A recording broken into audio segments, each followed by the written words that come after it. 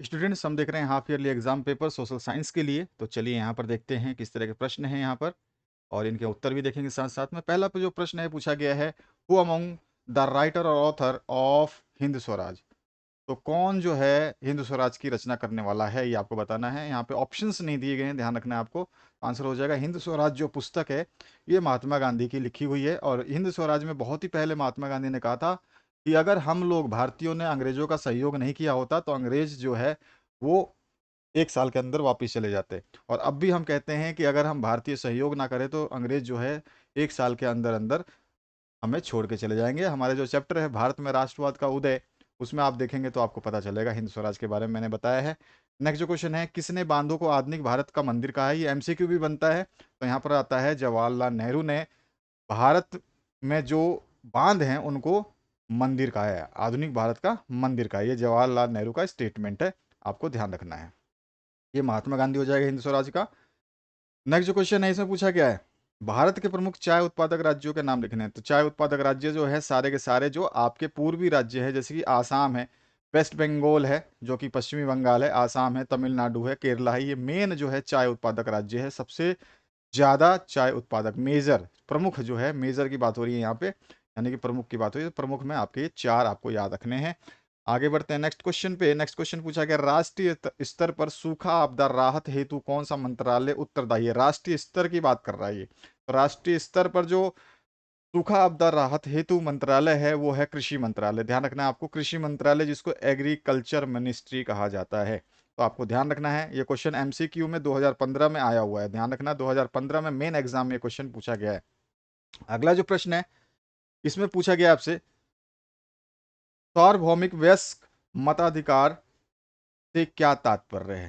तो इसका मतलब ये है कि it is a right to vote given to all adults of a country, यानी कि सर्व वयस्क मताधिकार, सार्वभौमिक वयस्क मताधिकार एक ऐसा अधिकार है जो सभी वयस्क व्यक्तियों को, भारत के वयस्क नागरिकों को प्रदान किया गया है वोट देने के लिए। ठीक है, इसके बाद आइए नेक्स्ट क्वेश्चन पे। यूरोप में प्रिंटिंग प्रेस का आविष्कार किसने किया। तो आपको सभी को पता है, जोहान्स गुटनबर्ग जो थे उन्होंने यूरोप में प्रिंटिंग प्रेस का आविष्कार किया था। अगला जो प्रश्न है उसकी बात करते हैं। यहाँ पर बोला गया है, भारत में सिंचाई के दो मुख्य साधनों के नाम लिखिए। बहुत सारे साधन हैं, आप कोई भी लिख सकते हैं, दो तो मैंने आपको बता दिया, ट्यूबवेल्स एंड कैनल्स। ठीक है, आपका ट्यूबवेल जो होता है वो हो जाएगा, और जो आपके नहर होते हैं वो हो जाएंगे। इसके बाद जो नेक्स्ट क्वेश्चन है उसके अलावा आप नदियां भी लिख सकते हैं, नहर अलग हो जाएगा, नदियां अलग हो जाएगा। ठीक है, ट्यूबवेल्स हैं आपके।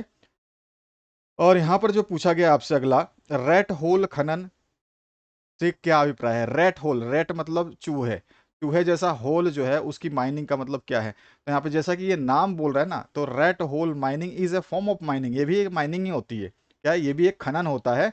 रेट होल खनन जो है ये भी एक खनन का प्रकार है, जिसमें very small tunnels of 3 to 4 feet height are dug. 3 से 4 फीट हाइट, आप सोच सकते हो 3 से 4 फीट हाइट कितनी होती है। 3 से 4 फीट हाइट जो है, आप बता सकते हैं कि जो 12 साल के बच्चे होते हैं, 13 साल के बच्चे होते हैं, इनकी हाइट जो है 3 से 4 फुट मानी जाती है।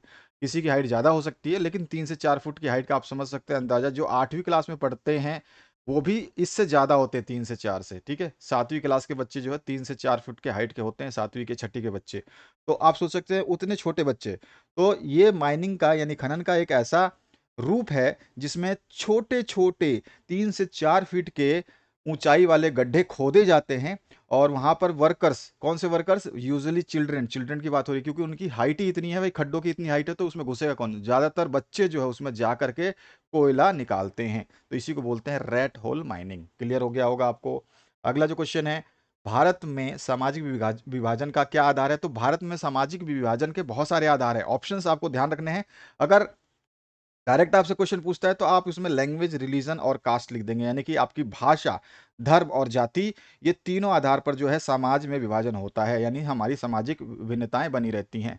अगर हमारी भाषा है तो भाषा अलग अलग होगी तो सामाजिक विभाजन हो जाएगा, और हमारी धर्म अलग अलग है तो भी हम समाज में विभाजित रहेंगे, और हमारी जाति अलग अलग है तो भी हम समाज में अलग अलग विभाजित रहेंगे। लेकिन ये जब एमसीक्यू बनता है तो वहाँ पे सबसे ज़्यादा क्वेश्चन जो भाषा नहीं पूछा जाता, धर्म नहीं पूछा जाता, वहाँ पे कास्ट ऑप्शन दिया जाता है। कास्ट यानी जाति के आधार पर सामाजिक विभाजन देखने को मिलता है। मेन पर्पज जो है जाति है।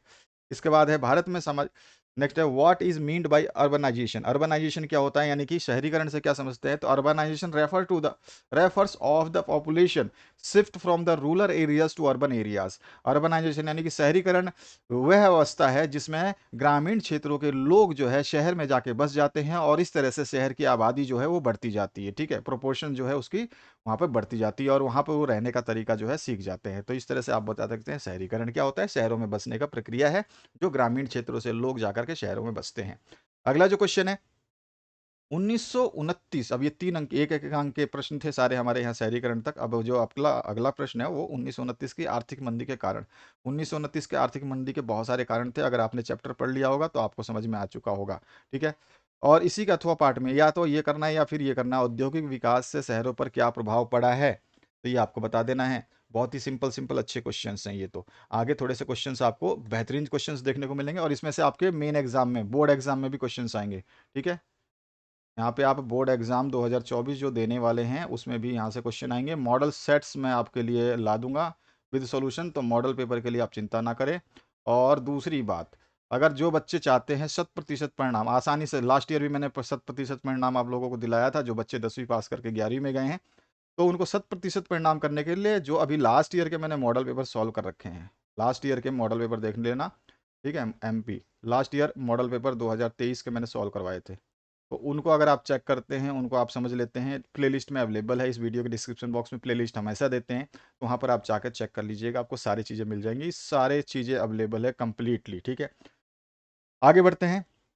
तो यहाँ पूछा गया ब्रेटन वुड्स समझौते का अर्थ स्पष्ट करना है। ब्रेटन वुड्स समझौता क्या था, आपको अच्छी तरह पता होना चाहिए। ब्रेटन वुड्स समझौता किसके किसके बीच कहाँ पे हुआ था और कौन से सन में हुआ था, ये आपको पता होना चाहिए।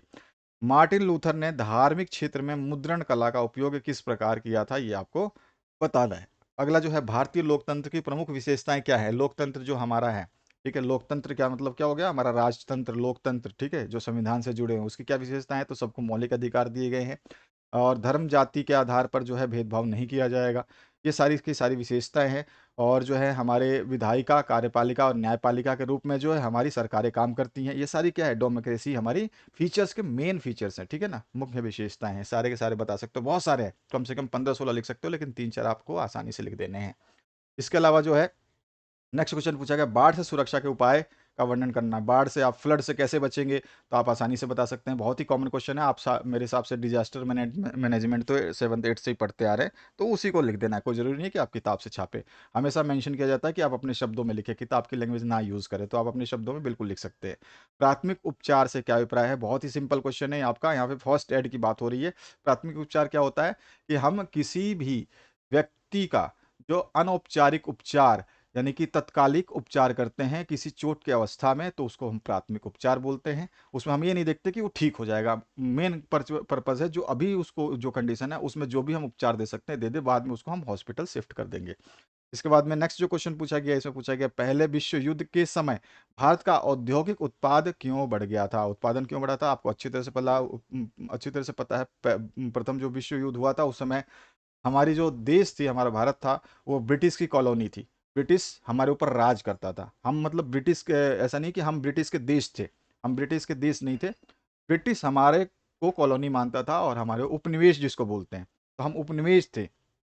पहले विश्व युद्ध के समय भारत जो है उपनिवेश था और भारत जो है पहले विश्व युद्ध में शिरकत कर भी नहीं रहा था, कि वहाँ पे केवल आपके केंद्रीय शक्तियाँ जो है उनके बीच में लड़ाई हो रही थी, केंद्रीय शक्तियों के बीच में। और जो है इसमें पूछा भी जाता है कि केंद्रीय शक्तियाँ कौन कौन सी हैं, कौन कौन सी केंद्रीय शक्तियाँ हैं, ये आपको बतानी है, तो आपको बताना था। और इसमें औद्योगिक उत्पादन इसलिए बढ़ा था कि भारत जब नहीं लड़ रहा था, लेकिन हम उपनिवेश थे इंग्लैंड के, तो उनको जो है वहाँ पर युद्ध में लड़ने के लिए भारी मात्रा में गोला बारूद, मशीन, वर्दियाँ, जूते, ये सब चाहिए था, तो उस समय औद्योगिक उत्पादन बहुत ही उच्च स्तर से बढ़ गया था। उन्होंने इतने ऑर्डर्स दे दिए क्योंकि वहाँ से यहाँ से आपका सारा सामान जो भारत में था वो बहुत ही सस्ता पड़ता था और आसानी से जो युद्ध वाले क्षेत्र हैं वहाँ पहुँचा दिया जाता था।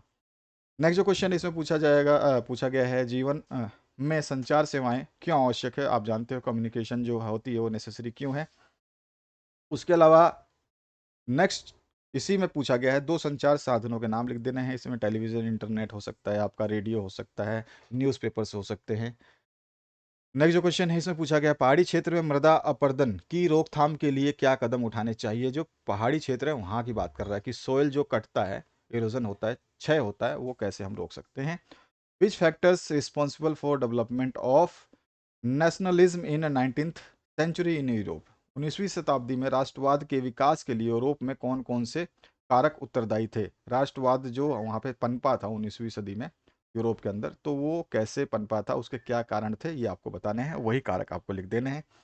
और ऑप्शन में यहाँ पर पूछा गया है, भारत के लोग रॉलेट एक्ट के विरोध में क्यों थे, स्पष्ट कीजिए। तो रॉलेट एक्ट आप जानते हैं अच्छी तरीके से। और इसके बाद जो है यहाँ पूछा गया आपसे, उद्योग पर्यावरण को कैसे प्रदूषित करते हैं। बहुत ही सिंपल सा क्वेश्चन है, आप जानते हो इंडस्ट्रीज कैसे कैसे जो है पॉल्यूशन फैलाते हैं। उसके बाद जो है टिप्पणी लिखनी है, मैस्सिनी पे टिप्पणी लिखनी है, और उसके अलावा जो है काउंट कैमिलो कोवर पे लिखना है। तो ये सारे के सारे टिप्पणियां करवा चुका हूं। अगर आपने भारत में राष्ट्रवाद उदय और यूरोप में राष्ट्रवाद उदय वाला एनिमेटेड चैप्टर अगर आपको देखना है तो देख सकते हैं, एनिमेटेड चैप्टर आपको मिल जाएगा। तो आप देख सकते हैं इसी वीडियो के जस्ट अभी एंड में आपको यहाँ पर डिस्प्ले होगा, इस तरह से थंबनेल डिस्प्ले होगी, आप उनको देख सकते हैं। तो एनिमेटेड है, 3D है वो वीडियो, उसमें आपको सब कुछ समझ में आ जाएगा, भारत में राष्ट्रवाद कैसे हुआ था और यूरोप में राष्ट्रवाद कैसे हुआ था।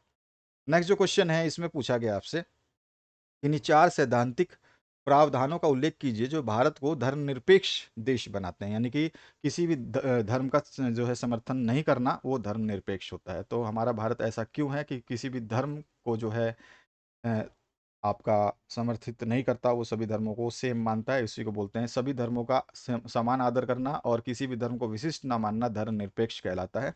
अब इसमें वो कौन से चार सिद्धांत है उसके आपको यहाँ पे डिटेल में चर्चा कर देनी है। नेक्स्ट जो क्वेश्चन इसमें पूछा गया आपसे, संसाधन नियोजन क्या है। संसाधन नियोजन क्यों आवश्यक है, तीन कारण आपको इसके बता देने हैं। संसाधन जो हम रिसोर्सेज यूज करते हैं उसको बचाना जो है, आने वाली पीढ़ी के लिए बचाना जो है, उसको हम संसाधन नियोजन कहते हैं। ठीक है। और संसाधन नियोजन आवश्यक इसलिए है कि आने वाली पीढ़ी को जो है संसाधनों के प्रयोग की कमी ना पड़े, उनको खामियां ना पड़े। ये सारी चीजें आप कई कारण लिख सकते हैं, इसमें मैंने आपको जनरल से नॉलेज दे दिया। नेक्स्ट जो क्वेश्चन है इसमें आपको पूछा गया है, संगठित और असंगठित क्षेत्रों की रोजगार परिस्थितियों का संक्षिप्त तुलनात्मक वर्णन करना है। टेबुलर फॉर्म में इसको वर्णन कर देना है आपको। बाकी मैंने बताया मॉडल पेपर में सारे आंसर्स दे रखे हैं, आप इनको पढ़ लेना। मॉडल पेपर प्रीवियस ईयर के जरूर देखना, 100% आपको रिजल्ट चाहिए तो वो बहुत हेल्पफुल रहते हैं आपके लिए। यहाँ पर पूछा गया, सामाजिक विभाजन किस तरह से राजनीति को प्रभावित करते हैं, स्पष्ट करें। आपसे क्वेश्चन दो तरह से पूछा जाता है, सामाजिक विभाजन किस तरह से राजनीति को प्रभावित करते हैं, और दूसरी तरह से क्वेश्चन पूछा जाता है, राजनीति कैसे सामाजिक विभाजन को प्रभावित करता है। तो राजनीति में सामाजिक विभाजन और सामाजिक विभाजन में राजनीति, ये दोनों ही आपके बहुत ही इंपॉर्टेंट क्वेश्चन है और हर बार पूछा जाता है। इस बार भी आएगा ये 2024 के एग्जाम में। तो मॉडल पेपर देखोगे तो इसमें उसका उत्तर मैंने दे दिया है, डिटेल सोल्यूशन बताया है और ये अच्छा प्रश्न बनता है। नेक्स्ट जो क्वेश्चन है इसमें पूछा गया आपसे, भूमि के ह्रास का क्या अर्थ है और भूमि ह्रास के उत्तरदायी कारक क्या है। तो भूमि ह्रास सीधा सीधा डिग्रेडेशन जो होती है, हमारी भूमि जो है डिग्रेड हो जाती है, खत्म होने लगती है, तो उसका क्या कारण है, क्या अर्थ है, ये सब आपको बताना है। इसके कारक क्या है, उत्तरदायी, वो भी बता देने हैं। बैंक से आप क्या समझते हैं, आधुनिक युग में बैंकों के तीन मुख्य कार्य आपको बताने हैं। बहुत ही सिंपल सा क्वेश्चन है, आप जानते हैं बैंकों के बहुत सारे कार्य, कोई भी तीन मुख्य कार्य आपको बता देना है। और बैंक के बारे में बहुत सारे अलग अलग क्वेश्चन भी बनते हैं जिसमें आपसे पूछ सकता है केंद्रीय बैंक के कार्य बताइए, या फिर आप पूछ सकता है कि जो आपका भारतीय रिजर्व बैंक ऑफ इंडिया है उसके कार्य बताइए। नेक्स्ट जो क्वेश्चन है इसमें पूछा गया, जल प्रदूषण क्या है, इसे दूर करने के क्या उपाय है। बहुत ही सिंपल क्वेश्चन, 7वीं 8वीं से पढ़ते आ रहे हैं। और इसके बाद जो है आपको पॉलिटिकल मैप जो मिलेगा वहां पर आपको बताना है कुछ चीजें, जिसमें आपका चंपारण सत्याग्रह आंदोलन आपको अच्छी तरह से पता है, चंपारण बिहार में है। गांधी जी की नमक यात्रा समाप्त हुई थी दांडी में, तो ये आपका हो जाएगा। तो यहाँ पर जो है salt march Gandhi ji was finished, तो ये दोनों को बता देना है। ये गुजरात में हो जाएगा, ये बिहार में हो जाएगा। मैप में आप जानते हैं, नक्शा आपको याद रहना चाहिए पूरा का पूरा। और इसके बी पोर्शन में जो दिया गया है, इसमें बोला गया है इंडिया के पॉलिटिकल मैप में ही आपको ये जो है लोकेशंस बताने हैं। संकेत आप अपने हिसाब से बता सकते हैं, इसमें ऐसा नहीं है कि कौन सा संकेत आपको यूज़ करना है। किसी में बोलता है कि स्टार से दर्शाइए, किसी में बोलता है कि गोले से दर्शाइए, किसी में बोलता है त्रिभुज से दर्शाइए, किसी में बोलता है कि आप जो है एक आयत या फिर वर्ग से दर्शाइए। इस तरह के चिन्हों से बोलता है। तो आपको अभी चिन्ह तो दो इसमें दिखाया नहीं है, लेकिन वार्षिक परीक्षाओं में हमेशा ज़्यादातर चिन्ह दिए जाते हैं। तो चिन्ह का कोई इश्यू नहीं है, जैसे ही आपको अगर वो जगह पता है तो वहाँ पे चिन्ह लगा देना है। बरौनी तेल शोधक कारखाना जो है, ऑयल रिफाइनरी बरौनी की, ये आपको बता देनी है। तूतीकोरिन सी पोर्ट, तूतीकोरिन जो समुद्री पट्टन है, वो आपको बता देना है। और कार्बेट नेशनल पार्क हमेशा पूछा जाता है, बहुत बार पूछा जाता है। और western terminal of east west corridor, पूर्व पश्चिम गलियारे का पश्चिमी छोर आपको दिखा देना है। तो इस तरह के प्रश्न बने हुए हैं, आप इनको देख सकते हैं, ये सारे आपके इंपॉर्टेंट रहेंगे। वार्षिक में भी इसमें से बहुत सारे प्रश्न आपको देखने को मिलेंगे, ये याद रखिएगा। मॉडल पेपर पढ़ना बिल्कुल नहीं भूलना है, इन प्रश्न पत्रों को अच्छे तरीके से पढ़ें, प्रीवियस ईयर के क्वेश्चन पेपर्स को जरूर पढ़ें, आपका पेपर जो है बेहतरीन हो पाएगा। Thank you very much, have a good day.